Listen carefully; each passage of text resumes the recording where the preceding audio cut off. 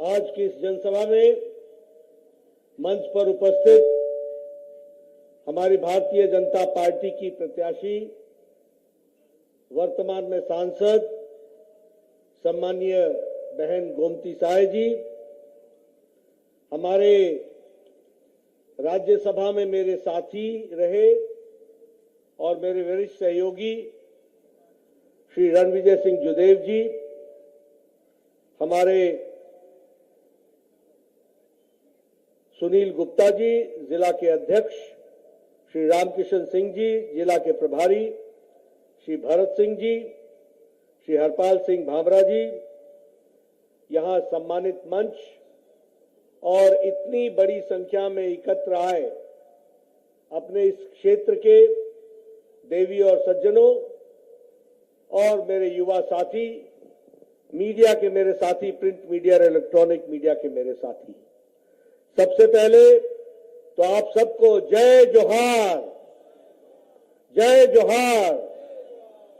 मेरे साथ आप बोलिए, छत्तीसगढ़ महतारी की, छत्तीसगढ़ महतारी की, छत्तीसगढ़ महतारी की।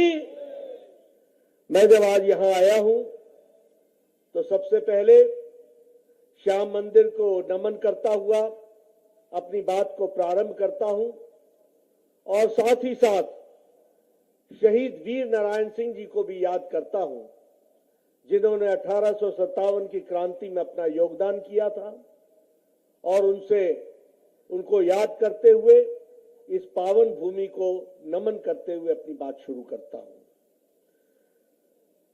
आज ये चुनाव की बेला है। आप सब लोगों ने 17 तारीख को अपने भविष्य का फैसला करना है। आप सब लोगों ने इस क्षेत्र का, पत्थलगांव का किस प्रकार से विकास हो सकता है, इसकी आपने चिंता, चर्चा करके आपने निर्णय लेना है। मैं एक बात आपको जरूर बताना चाहता हूं, यहां हमारे विरुद्ध में कांग्रेस पार्टी के प्रत्याशी कैंडिडेट हैं और हमारी सांसद गोमती बहन ये आपकी प्रत्याशी है। हमें ये समझना होगा और एक बात छत्तीसगढ़ के हमारे भाई बहन समझ ले कि आपका विकास तब हुआ है जब भारतीय जनता पार्टी की सरकार आई है और आपका नुकसान तब हुआ है जब कांग्रेस पार्टी की सरकार रही है। इस बात को आप समझ लीजिए। मैं यहां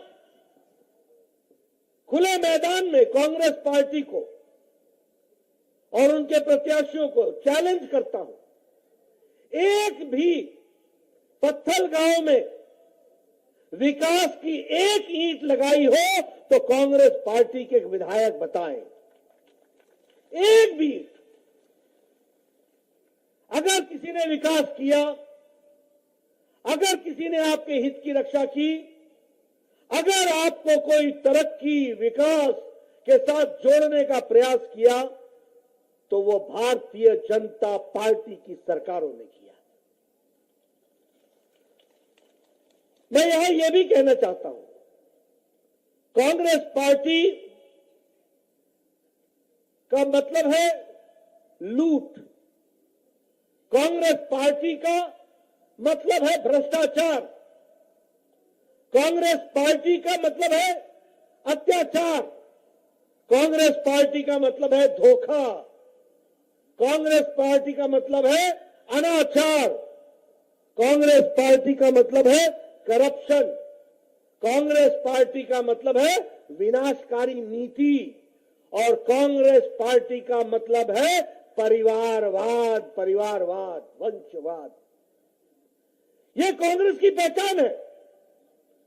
जहां कांग्रेस होगी वहीं भ्रष्टाचार होगा। ये एक ही सिक्के के दो पहलू हैं। बोलो, मैं ठीक बोल रहा हूं कि नहीं बोल रहा हूं? बोलो, ठीक बोल रहा हूं कि नहीं बोल रहा हूं? पीछे से आवाज आनी चाहिए, ठीक बोल रहा हूं कि नहीं बोल रहा हूं? और जब भारतीय जनता पार्टी की बात बोलता हूं तो भारतीय जनता पार्टी का मतलब है विकास, भारतीय जनता पार्टी का मतलब है तरक्की, भारतीय जनता पार्टी का मतलब है लोगों की सरकार, भारतीय जनता पार्टी का मतलब है कार्यकर्ताओं के सम्मान के साथ इलाके के विकास के लिए, समाज सेवा के लिए जुट जाना, यह उसका मतलब है। भारतीय जनता पार्टी का मतलब है लोगों के हितों में काम करना, भारतीय जनता पार्टी का मतलब है विकास को आगे बढ़ाना। अब मैंने आपको बताया दो तरफ खड़े हैं, एक तरफ विकास के लिए बीजेपी और एक तरफ भ्रष्टाचार और विनाशकारी नीतियों के साथ कांग्रेस। एक तरफ भारतीय जनता पार्टी आपकी चिंता करती है और एक तरफ कांग्रेस पार्टी अपने हितों की और भ्रष्टाचार की चिंता करती है, लूट की चिंता करती है। और मैं कहने के लिए नहीं कह रहा हूं, आप सबको मालूम है ना कि पनडुब्बी घोटाला कांग्रेस पार्टी के टाइम पर हुआ था, मालूम है ना? मालूम है? क्या आपको मालूम है कि उसी तरीके से हेलीकॉप्टर खरीद का घोटाला कांग्रेस के टाइम पर हुआ था? क्या आपको मालूम है ना कि कोयला घोटाला कांग्रेस के टाइम पर हुआ था? आपके ध्यान में है ना कि कॉमनवेल्थ गेम्स का घोटाला कांग्रेस के टाइम में हुआ था? आपको याद है ना कि मनरेगा में भी घोटाला कांग्रेस के समय में हुआ था? अब आपको और याद दिलाता हूं, ये 5 साल भूपेश बघेल का, भूपेश बघेल के सरकार में एक बात की गारंटी थी। किस बात की गारंटी थी? वह थी लूट की गारंटी, भ्रष्टाचार की गारंटी। भूपेश बघेल की सरकार में लूट की गारंटी थी, धोखा की गारंटी थी, भ्रष्टाचार की गारंटी थी। और कहने के लिए नहीं कह रहा हूं, आप बताइए शराब घोटाला हुआ कि नहीं हुआ? शराब घोटाला हुआ कि नहीं हुआ? मालूम है कितने का हुआ? 2161 करोड़ रुपया। छोटा काम नहीं करते, 2661 करोड़ रुपया का घोटाला। उसी तरीके से चावल घोटाला हुआ कि नहीं हुआ? चावल घोटाला हुआ कि नहीं? चावल घोटाला में 5000 करोड़ रुपए का घोटाला हुआ। उसी तरीके से कोयला घोटाला हुआ, 540 करोड़ रुपए का घोटाला हुआ। उसी तरीके से गोठान घोटाला हुआ कि नहीं हुआ? हुआ कि नहीं हुआ? मालूम है कितने का? 1300 करोड़ रुपए का। आप बताइए डीएमएफ घोटाला हुआ कि नहीं हुआ? 234 करोड़ रुपए का। टीचर्स के ट्रांसफर का घोटाला हुआ कि नहीं हुआ? उसी तरीके से आप बताइए, ये भूपेश बघेल की OSD, officer on special duty, क्या घर से पैसे मिले थे कि नहीं मिले थे?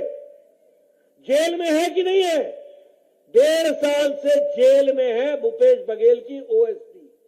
आप बताइए 5 साल में क्या क्या हुआ? ये घोटाले पे घोटाला हुआ कि नहीं हुआ? और तो छोड़िए, गोठान घोटाला हुआ, सब तरीके का घोटाला हुआ। कभी आपने सुना था कि गोबर का भी घोटाला हुआ? भूपेश बघेल ने गोबर का भी घोटाला कर दिया, गोबर का भी घोटाला। बोलो ऐसी सरकार को रहने देना है क्या? मैं सुनना चाहता हूं, ऐसी सरकार को रहने देना है क्या? पीछे से जरा जोर से बोलिए, रहने देना है क्या? ये घोटालों की सरकार, अभी अभी महादेव ऐप, इन्होंने महादेव को भी नहीं छोड़ा। 6000 करोड़ रुपए का घोटाला। किस बात का घोटाला? सत्ता में आने के लिए सट्टे का घोटाला, यानी सट्टेबाज भी हो गए। कोयला की तस्करी तो हो रही थी और घोटाले हो रहे थे, अब सट्टे में भी घोटाला हुआ। कितने का हुआ? 508 करोड़ रुपए का घोटाला। और जानते हैं वो असीम दास क्या बोलता है ईडी में? कि ये मैं पैसा दुबई से लेकर के भूपेश बघेल को देने आया था, उसने छत्तीसगढ़ के चुनाव के लिए मंगवाए थे। बोलिए ऐसी सरकार को आने देना क्या? आने देना क्या? मित्रों, ये घोटालों की सरकार, ये लूट की सरकार और धोखों की सरकार। अब धोखे की बात बताऊं आपको, आपसे कहा था कि नहीं कहा था कि बिजली का बिल माफ करेंगे? कहा था कि नहीं कहा था? मैंने कहा था, हुआ? आप बताइए, कहा था नहीं नौजवान कि तुमको बेरोजगारी का भत्ता मिलेगा? बोला था कि नहीं बोला था? बोलो नौजवान, बताया था कि नहीं बताया था? मिल गया? मिला? आप बताइए, इन्होंने कहा था कि नहीं कि 50,000 आदिवासी अनुसूचित जनजाति के टीचर लगाएंगे? लगे क्या? कोई तुम्हारे गांव से लगा टीचर? कोई लगा? कोई लगा? ये झूठ और धोखे की सरकार। उसी तरीके से बहन बताइएगा, फ्री गैस सिलेंडर मिला? 4 गैस सिलेंडर मिलना था साल का, मिला? गैस का सिलेंडर मिला? 4 गैस का सिलेंडर देंगे। और बहनों को क्या कहा था? 500 रुपया प्रति माह रुपया देंगे। मिला? मिला आपको? तो ये धोखेबाज सरकार है कि नहीं है? झूठी सरकार है कि नहीं है? लूट की सरकार है कि नहीं है? ये लूट की सरकार है। और दूसरी ओर आप बताइए, मोदी जी के नेतृत्व में देश आगे बढ़ रहा है कि नहीं बढ़ रहा है? देश आगे बढ़ रहा है कि नहीं बढ़ रहा है? आप बताइए, हम आज 5वें नंबर की अर्थव्यवस्था हो गए कि नहीं हो गए? और 2024 में फिर से आप मोदी जी को प्रधानमंत्री बनाएंगे और 2027-28 में भारत तीसरे नंबर की अर्थव्यवस्था बन जाएगा। तीसरे नंबर की अर्थव्यवस्था बन जाएगा। यह है भारत। आप बताइए, हमारे समय में कुल मिलाकर के विकास के दृष्टि से नए आयाम जहां जुड़े, वहीं आप बताइए बजट में आदिवासी भाइयों का बजट दुगना हुआ कि नहीं हुआ? हमारे समय में हुआ कि नहीं हुआ? मोदी जी ने दुगना पैसा दिया कि नहीं दिया? दुगना पैसा पहुंचाया है। और ट्राइबल के कंपोनेंट का, ये गोमती साय है ना, ये दिल्ली में लड़ती रही है अपने हकों के लिए, और आज ट्राइबल कंपोनेंट, अनुसूचित जनजाति को ट्राइबल कंपोनेंट 3 गुना मोदी जी ने बढ़ा दिया, 3 गुना बढ़ा दिया। और एकलव्य स्कूल का बजट 22 गुना बढ़ाया है। और उसी तरीके से आदिवासी बच्चों की पढ़ाई की स्कॉलरशिप 2.5 गुना बढ़ाई है। और उसी तरीके से स्कॉलरशिप ट्राइबल स्टूडेंट्स का 2.5 गुना बढ़ाया गया है। अब मेरे को एक बात और बतानी है। एक तरफ तो प्रधानमंत्री जी हैं, जो प्रधानमंत्री गरीब कल्याण अन्न योजना का 80 करोड़ की जनता को 5 किलो गेहूं या 5 किलो चावल, 1 किलो दाल भेज रहे हैं। और यहां भूपेश बघेल उसको रोक रहा है। ठीक बोल रहा हूं मैं ठीक बोल रहा हूं? उसको रोक रहा है, आप तक पहुंचने नहीं दे रहा है। बताइए, उसको हटाएंगे कि नहीं हटाएंगे? उनको हटाइए और मोदी जी का अन्न सीधा आप तक पहुंचे, इसकी व्यवस्था कीजिए। इसके लिए आप काम में जुटिए।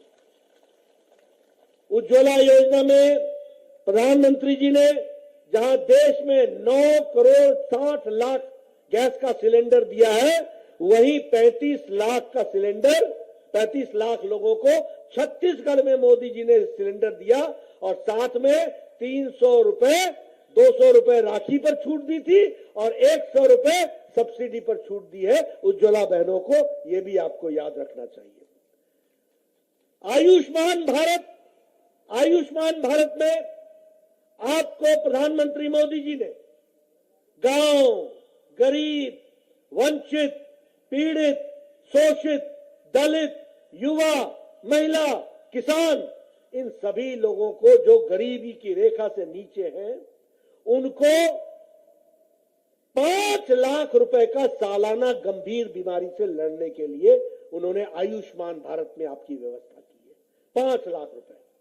और अब आप गोमती साय जी को जिताएंगे, हमारी सरकार बनाएंगे, अब 10 लाख रुपए प्रति साल मोदी जी आपको भेजने वाले हैं। यह भी आपको याद रखना चाहिए।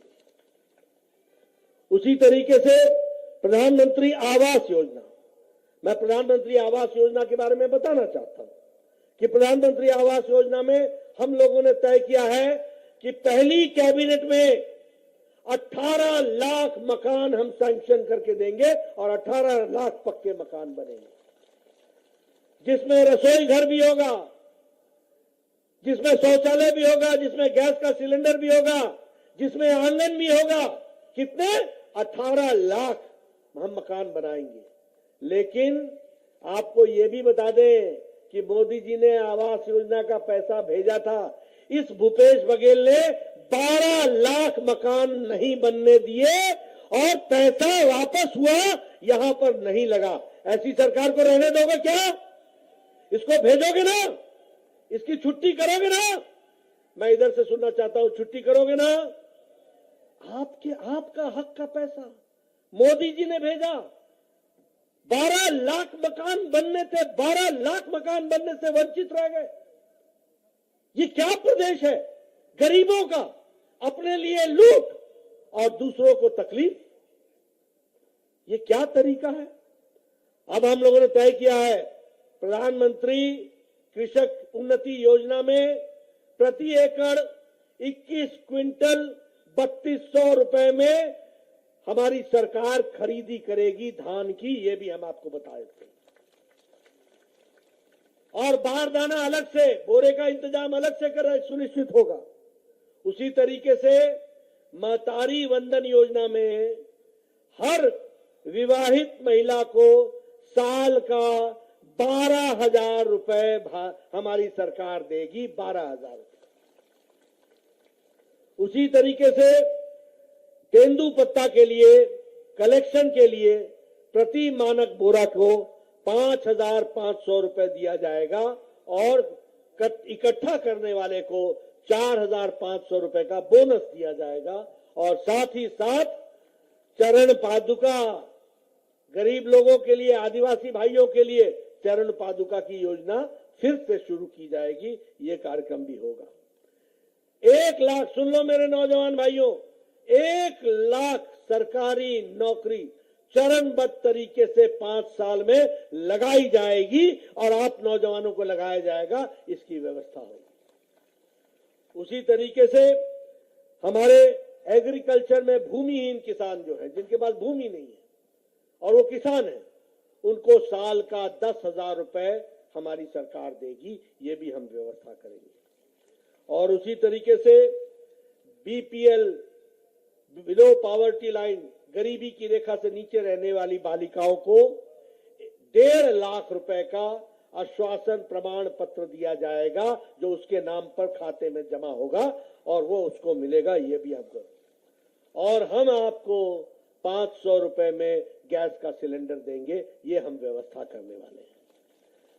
और आप जानते हैं, बीजेपी जो कहती है वो करती है और कांग्रेस जो कहती है वो धोखा देती है।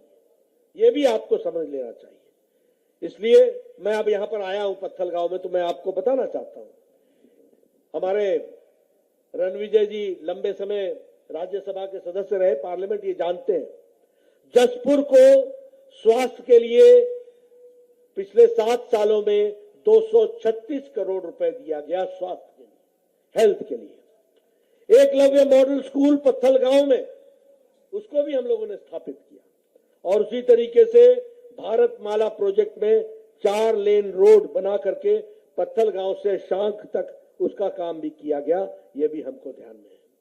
हम जानते हैं हमारी प्रत्याशी गोमती साय जी बहुत एक्टिव हैं, बहुत अच्छे से काम करती हैं। और देखो भैया, मैं एक बात बता देता हूं, मैं लंबे समय से राजनीति में हूं। ये जो आप चर्चाएं चलाते हैं ना, बाहर का अंदर का, अरे जो अंदर का था वो 8 बार में क्या किया, और ये कौन सी बाहर की है? अरे घर है इनका, ये आपकी सेवा करेंगी। भारतीय जनता पार्टी का एक एक कार्यकर्ता सेवा करता है, इसको हमको ध्यान में रखना चाहिए।